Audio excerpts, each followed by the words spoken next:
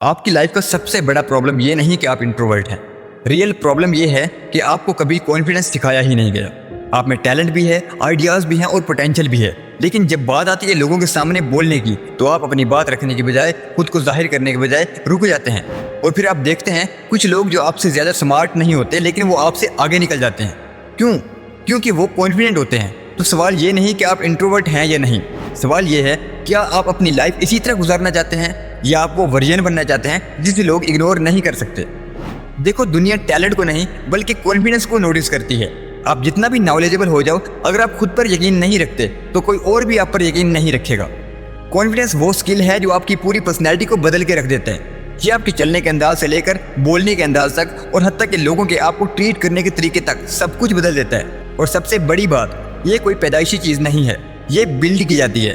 آج ہم انہی سٹیپس کی بات کریں گے جو آپ کو زیرو کانفیڈنس سے اٹھا کر ایک اسٹرانگ اور نوٹیسیبل پرسنالٹی بنا سکتے ہیں. Step 1, confidence comes from action. سب سے پہلی بات سمجھ لو کہ کانفیڈنس سوچنے سے نہیں آتا بلکہ ایکشن لینے سے آتا ہے. زیادہ تر لوگ یہی غلطی کرتے ہیں کہ وہ پہلے کانفیڈنٹ فیل کرنا چاہتے ہیں پھر ایکشن لینا چاہتے ہیں, لیکن ریئلٹی اس کے بالکل اپوزٹ ہے. جب آپ بار بار کسی انکمفرٹیبل سچویشن کو فیس کرتے ہو, چاہے وہ کتنی ہی آکورڈ کیوں نہ ہو, تو آپ کا برین اسے نارمل سمجھنے لگتا ہے. یہی ریزن ہے کہ انٹروورٹس زیادہ سوچتے رہ جاتے ہیں جبکہ ایکسٹروورٹس سمپلی جا کر اس چیز کو کر ڈالتے ہیں. اسٹیپ 2, پیپل ڈونٹ جج یو دیٹ مچ. ایک اور امپورٹنٹ فیکٹ یہ ہے کہ لوگ آپ کو اتنا جج ہی نہیں کرتے جتنا آپ خود سوچتے ہیں. آپ کو لگتا ہے کہ سب لوگ آپ کو دیکھ رہے ہیں اور آپ کی ہر بات کو اینالائز کر رہے ہیں, لیکن فیکٹ یہ ہے کہ ہر شخص اپنی لائف میں اتنا مصروف ہے کہ اسے آپ کے بارے میں سوچنے کا وقت ہی نہیں ملتا.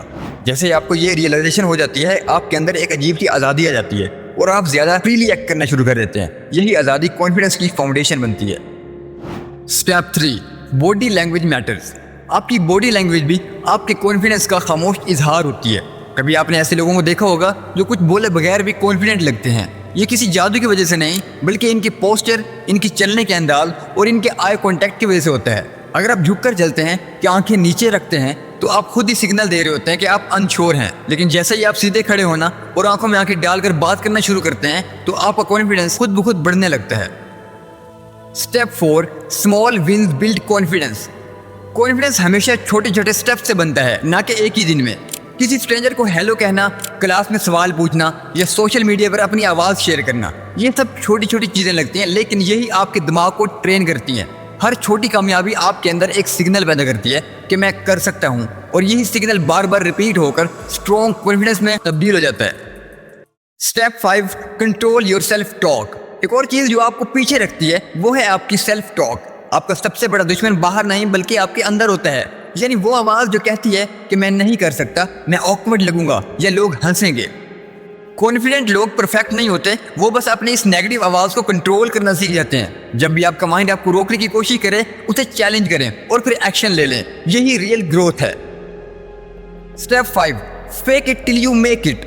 کبھی کبھی کانفیڈنس بلڈ کرنے کے لیے آپ کو اسے فیک بھی کرنا پڑتا ہے. اگر آپ کانفیڈنٹ فیل نہیں کرتے تو بھی ایسے بیہیو کریں جیسے آپ کانفیڈنٹ ہیں. سیدھا چلیں, کلیئر بولیں اور آئی کانٹیکٹ مینٹین کریں. شروع میں یہ سب فیک لگے گا لیکن وقت کے ساتھ آپ کی ریئلٹی بن جائے گا کیونکہ آپ کا دماغ آپ کے بیہیویئر کو فالو کرتا ہے.